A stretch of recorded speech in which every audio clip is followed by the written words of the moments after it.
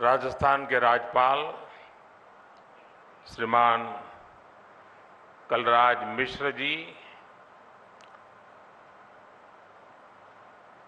केंद्रीय मंत्री श्री नरेंद्र सिंह जी तोमर, अन्य सभी मंत्रीगण, संसद में मेरे साथीगण, विधायकगण और अन्य सभी महानुभाव, और आज इस कार्यक्रम में देश के लाखों स्थानों पर करोड़ों किसान हमारे साथ जुड़े हैं। मैं राजस्थान की धरती से देश के उन करोड़ों किसानों को भी नमन करता हूं और राजस्थान के मेरे प्यारे भाई बहन भी आज इस महत्वपूर्ण कार्यक्रम की शोभा बढ़ा रहे हैं। खाटू श्याम जी की ये धरती देश भर के श्रद्धालुओं को भरोसा देती है, एक उम्मीद देती है। मेरा सौभाग्य है कि आज मुझे वीरों की भूमि शेखावटी से देश के लिए अनेक विकास परियोजनाओं को शुरू करने का अवसर मिला है। आज यहां से देश के करोड़ों किसानों को पीएम किसान सम्मान निधि के लगभग 18,000 करोड़ रुपए भेजे गए हैं, सीधे उनके बैंक खाते में जमा हुए हैं। आज देश में 1,25,000 पीएम किसान समृद्धि केंद्रों की शुरुआत की गई है। गांव और ब्लॉक लेवल पर बने इन पीएम किसान समृद्धि केंद्रों से करोड़ों किसानों को सीधा लाभ होगा।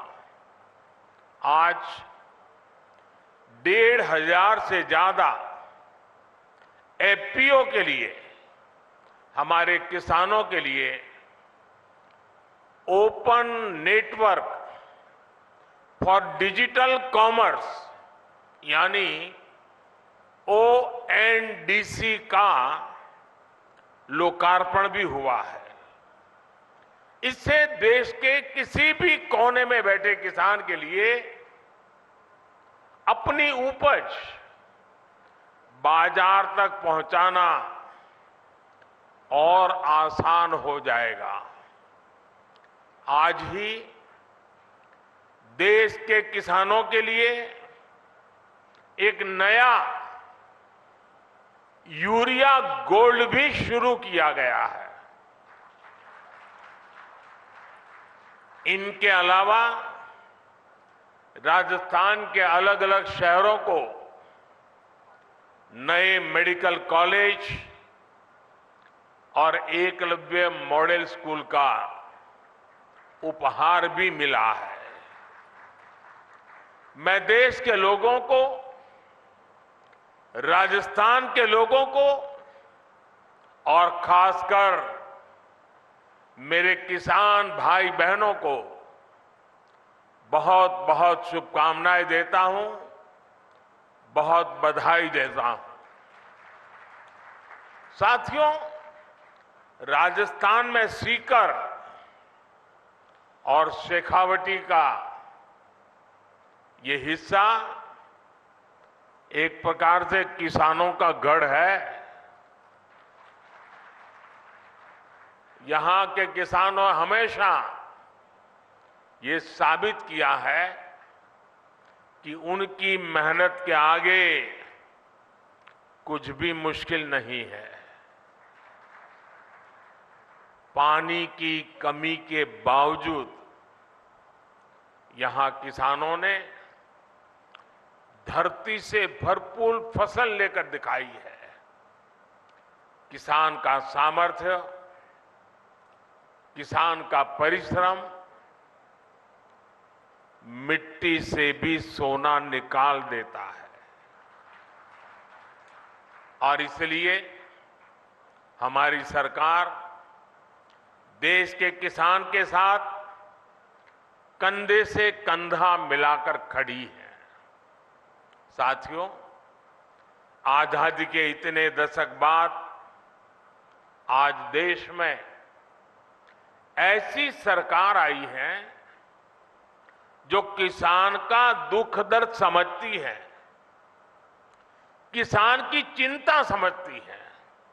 इसलिए बीते 9 वर्षों में भारत सरकार द्वारा लगातार किसान हित में फैसले लिए गए हैं।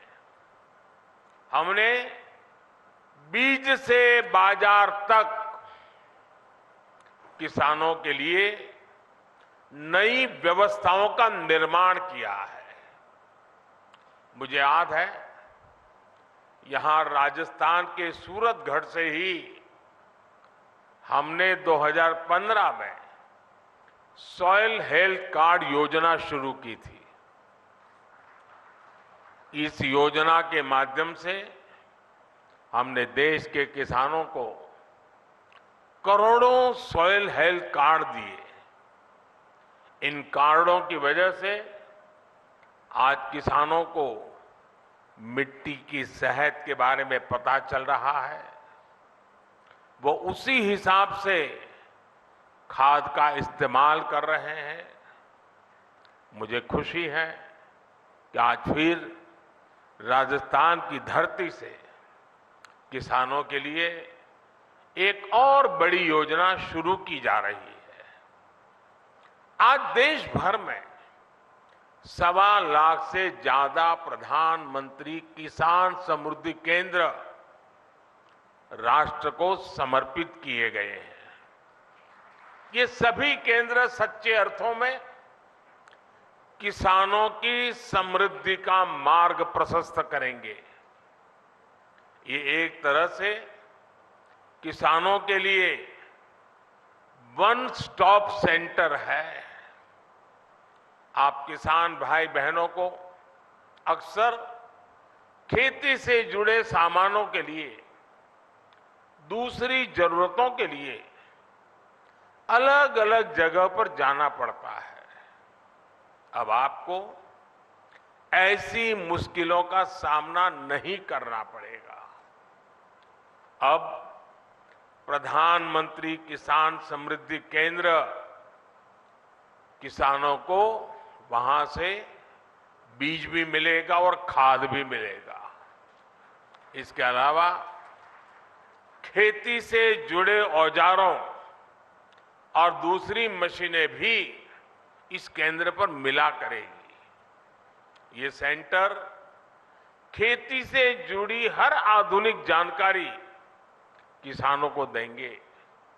मैंने देखा है कि मेरे किसान भाई बहनों को कई बार योजना की सही जानकारी न होने की वजह से भी मेरे किसान भाइयों बहनों को बहुत नुकसान होता है। ये प्रधानमंत्री किसान समृद्धि केंद्र अब किसानों को हर योजना की समय पर जानकारी का भी जरिया बनेंगे। और साथियों, ये तो अभी शुरुआत है और मैं मेरे किसान भाइयों से आग्रह करता हूं, आप भी एक आदत डालिए। भले आपको किसानी से लेने कोई चीज खरीदनी नहीं है, लेकिन अगर आप बाजार में गए हैं, उस नगर में अगर किसान समृद्धि केंद्र है, कुछ भी नहीं खरीदना है तो भी वहां चक्कर काटिए, क्या चल रहा है जरा देखिए। आपने देखा होगा हमारी माताएं बहनें सब्जी लेने जाती हैं, लेकिन अगर कहीं साड़ी की दुकान दिखा दी, नहीं भी खरीदना होगा लेकिन चक्कर काटेगी, नया क्या आया है, वैरायटी कौन सी आई है, जरूर देखेगी। मेरे किसान भाई बहन भी ऐसे थोड़ा समय निकाल के आदत डालें कि जब भी गए हैं नगर में और वहां किसान समृद्धि केंद्र है, जरूर चक्कर काटेंगे, हर वैरायटी पर नजर डालेंगे, क्या नया आया है क्या नहीं। देखते रहेंगे। आप देखिए बहुत बड़ा लाभ होगा। साथियों, इस साल के अंत तक देश में 2.25 लाख से ज्यादा प्रधानमंत्री किसान समृद्धि केंद्र और बनाए जाएंगे। 2.25 लाख। साथियों, आज केंद्र में जो सरकार है वो किसानों के खर्चे कम करने के लिए, उनके खर्चों में हाथ बटाने के लिए पूरी ईमानदारी से काम कर रही है। पीएम किसान सम्मान निधि दुनिया की सबसे बड़ी योजना है जिसमें किसानों के बैंक खातों में सीधे पैसे ट्रांसफर किए जाते हैं। आज की 14वीं किस्त को जोड़ दें तो अब तक 2,60,000 करोड़ रुपए, 2,60,000 करोड़ से भी ज्यादा रुपए किसानों के बैंक खाते में सीधे भेजे गए हैं। इन पैसों ने छोटे छोटे अनेक खर्च निपटाने में किसानों की बड़ी मदद की है। हमारी सरकार कैसे अपने किसान भाइयों के पैसे बचा रही है, इसका एक उदाहरण यूरिया की कीमतें भी है। और देश भर के किसान मुझे सुन रहे हैं, मेरी बात को ध्यान से सुने। आप जानते हैं कोरोना की कितनी बड़ी भयंकर महामारी आई, उसके बाद रूस और यूक्रेन का युद्ध हो गया और इसके कारण बाजार में बहुत बड़ी उथल पाथल हो गई। खास करके फर्टिलाइजर के क्षेत्र में तो तूफान मच गया, लेकिन इसका असर हमारी सरकार ने किसानों पर नहीं पड़ने दिया। मैं देश के अपने हर किसान भाई बहन को खाद कीमतों की ये सच्चाई बताना चाहता हूं। आज भारत में यूरिया की जो बोरी हम किसानों को 266 रुपये में देते हैं, उतनी ही यूरिया हमारे पड़ोस में पाकिस्तान के किसानों को करीब करीब 800 रुपये में वो बोरा मिलता है। आज भारत में यूरिया की जो बोरी हम किसानों को 266 रुपये में देते हैं, उतना ही यूरिया बांग्लादेश के किसानों को वहां के बाजार में 720 रुपये में मिलता है।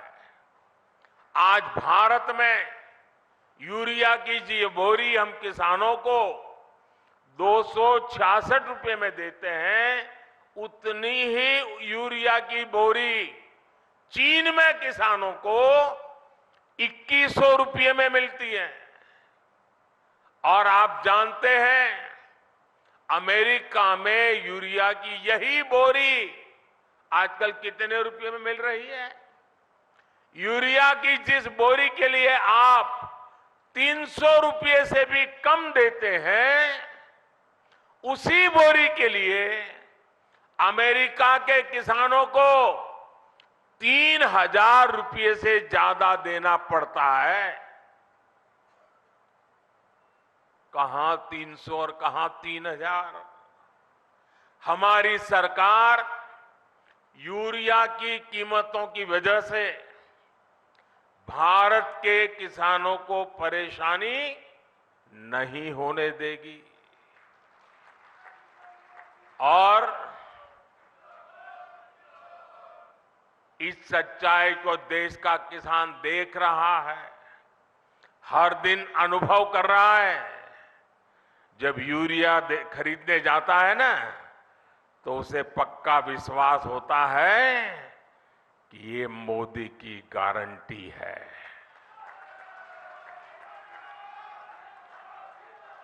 गारंटी किसको कहते हैं, वो किसान को पूछोगे तो पता चलेगा। साथियों, राजस्थान में आप सभी किसान अपनी मेहनत से बाजरा जैसे मोटे अनाज उगाते हैं और हमारे देश के अलग अलग कोने में अलग अलग प्रकार से मोटे अनाजों की खेती होती रहती है। अब हमारी सरकार ने मोटे अनाजों के लिए श्री अन्न की उसे पहचान दी है। श्री अन्न के नाम से सारे मोटे अनाज पहचाने जाए। हमारी सरकार भारत के मोटे अनाजों श्री अन्न को दुनिया के बड़े बड़े बाजारों में ले जा रही है। सरकार के प्रयासों की वजह से अब देश में श्री अन्न का उत्पादन, उनकी प्रोसेसिंग, उनका एक्सपोर्ट सभी कुछ बढ़ रहा है। और मुझे पिछले दिनों अमेरिका में व्हाइट हाउस में राष्ट्रपति बाइडेन के निमंत्रण में भोजन के लिए जाने का अवसर आया और मुझे खुशी हुई कि उस थाली में भी हमारे मोटे अनाज की डिश थी। साथियों, ये जो प्रयास चल रहे हैं इसका बहुत बड़ा लाभ हमारे देश के, हमारे राजस्थान के उन छोटे किसानों को भी हो रहा है जो मोटे अनाज श्री अन्न की खेती करते हैं। ऐसे कितने ही काम आज देश में हो रहे हैं जिनसे किसानों के जीवन में बहुत बड़ा बदलाव आ रहा है। साथियों, भारत का विकास तभी हो सकता है जब भारत के गांवों का विकास हो। भारत विकसित भी तभी बन सकता है जब भारत के गांव विकसित हो। इसलिए आज हमारी सरकार भारत के गांवों में हर वो सुविधा पहुंचाने का काम कर रही है जो शहरों में मिला करती है। आप सब जानते हैं कि एक समय था जब देश की एक बड़ी आबादी स्वास्थ्य सेवाओं से वंचित रहती थी। यानी करोड़ों करोड़ लोग हमेशा किस्मत के भरोसे अपना जीवन दांव पर लगा कर जीते थे। ये मान लिया गया था कि अच्छे अस्पताल तो दिल्ली, जयपुर में या बड़े शहरों में ही होते हैं। हम इस स्थिति को भी बदल रहे हैं। आज देश के हर हिस्से में नए एम्स खुल रहे हैं, नए मेडिकल कॉलेज खुल रहे हैं। हमारे इन प्रयासों का परिणाम है कि आज देश में मेडिकल कॉलेजों की संख्या बढ़कर 700 के पार हो गई है। 8-9 साल पहले राजस्थान में भी केवल 10 मेडिकल कॉलेज होते थे। आज राजस्थान में भी मेडिकल कॉलेजों की संख्या 35 हो गई है। इससे अपने ही जिले के आसपास अच्छे इलाज की सुविधा तो हो ही रही है। इनसे पढ़ाई करके बड़ी संख्या में डॉक्टर्स भी निकल रहे हैं। ये डॉक्टर्स छोटे कस्बों और गांवों में बेहतर स्वास्थ्य व्यवस्था का आधार बन रहे हैं। जैसे कि आज जो नए मेडिकल कॉलेज मिले हैं, इनसे बारां, बूंदी, टोंक, सवाई माधोपुर, करौली, झुंझुनू, जैसलमेर, धौलपुर, चित्तौड़गढ़, सिरोही और सीकर समेत कई इलाकों को लाभ होगा। इलाज के लिए अब लोगों को जयपुर और दिल्ली के चक्कर नहीं लगाने पड़ेंगे। अब आपके घर के पास अच्छे अस्पताल भी होंगे। गरीब का बेटा और बेटी इन अस्पतालों में पढ़कर डॉक्टर भी बन पाएंगे। और साथियों, आपको पता है हमारी सरकार ने मेडिकल की पढ़ाई को भी मातृभाषा में पढ़ाई कराने का रास्ता बना दिया है। अब ये नहीं होगा कि अंग्रेजी न जानने की वजह से किसी गरीब का बेटा बेटी डॉक्टर बनने से रुक जाए। और ये भी मोदी की गारंटी है।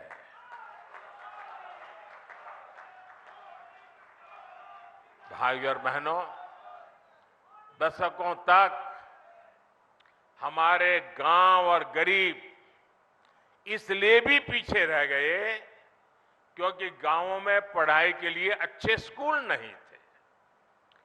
पिछड़े और आदिवासी समाज के बच्चे सपने तो देखते थे, लेकिन उनके पास उन्हें पूरा करने का कोई रास्ता नहीं होता था। हमने शिक्षा के लिए बजट बहुत बड़ी मात्रा में बढ़ाया, संसाधनों को बढ़ाया, एकलव्य आदिवासी स्कूल खोले। इसका बहुत बड़ा लाभ हमारे आदिवासी युवाओं को मिला है। साथियों, सफलता तभी बड़ी होती है जब सपने बड़े होते हैं। राजस्थान तो देश का वो राज्य है जिसके वैभव ने सदियों तक दुनिया को हैरान किया है। हमें उस विरासत को संरक्षित करना है और राजस्थान को आधुनिक विकास की ऊंचाई पर भी पहुंचाना है। इसलिए राजस्थान में आधुनिक इंफ्रास्ट्रक्चर बनाना यह हमारी प्राथमिकता है। राजस्थान में बीते कुछ महीनों में ही दो हाईटेक एक्सप्रेसवे का लोकार्पण हुआ है। दिल्ली मुंबई एक्सप्रेसवे का एक प्रमुख सेक्शन और अमृतसर जामनगर एक्सप्रेसवे के जरिए राजस्थान विकास की नई गाथा लिख रहा है।